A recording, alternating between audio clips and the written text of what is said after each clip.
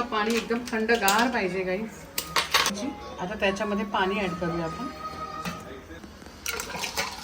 तुम्हाला घालून दाखवतो। हे पहा, गोड चटणी रेडी झाली आहे। आता आपण पाणीपुरीचा पाणी करायला घेणार आहे। कसं पाणी करतो ते दाखवते तुम्हाला मी गाईस। हे पहा, ह्याच्यामध्ये मी कमीत कमी 7 ते 8 हिरव्या मिरची घेतल्यात गाईस, आणि ह्याच्यामध्ये पुदिना, कोथिंबीर आणि आला घेतलाय। 1 इंच आला घेतलाय, ॲव्हरेजचा घेतलाय।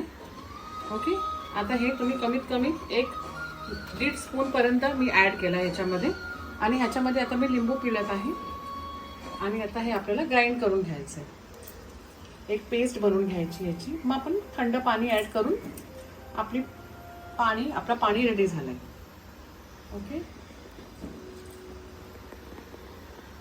पाणीपुरीची आता त्याच्यामध्ये पाणी ऍड करूया आपण।